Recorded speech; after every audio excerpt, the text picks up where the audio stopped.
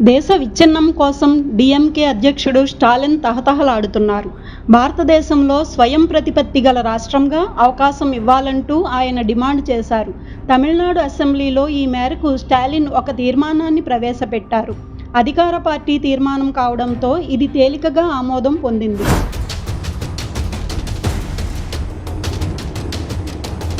తమిళనాడుకు స్వయం ప్రతిపత్తి సాధించేందుకు గల మార్గాలను అన్వేషించేందుకు ఒక కమిటీ ఏర్పాటు చేశారు. ఈ కమిటీకి సుప్రీంకోర్టు మాజీ న్యాయమూర్తి కురియన్ జోసెఫ్ నేతృత్వం వహించనున్నారు. ఈ కమిటీలో మాజీ ఐఏఎస్ అధికారి అశోక్ వర్ధన్ శెట్టి, రాష్ట్ర ప్రణాళికా సంఘం మాజీ ఉపాధ్యక్షుడు ఎం నాగనాథన్ సభ్యులుగా ఉంటారు.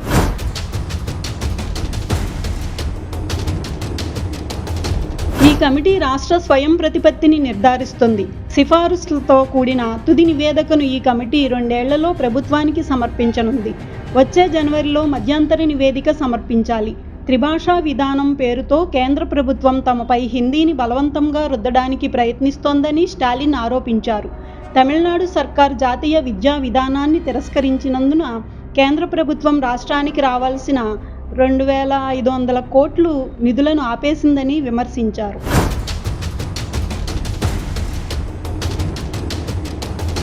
ప్రాంతీయ విభేదాలు రెచ్చగొట్టేందుకు సీఎం స్టాలిన్ కొంతకాలంగా ప్రయత్నం చేస్తున్నారు. వచ్చే ఏడాది తమిళనాడు అసెంబ్లీ ఎన్నికల్లో గెలుపు కోసం ఈ స్వయం ప్రతిపత్తి డ్రామాకు తెర తీశారు అని పరిశీలకులు భావిస్తున్నారు.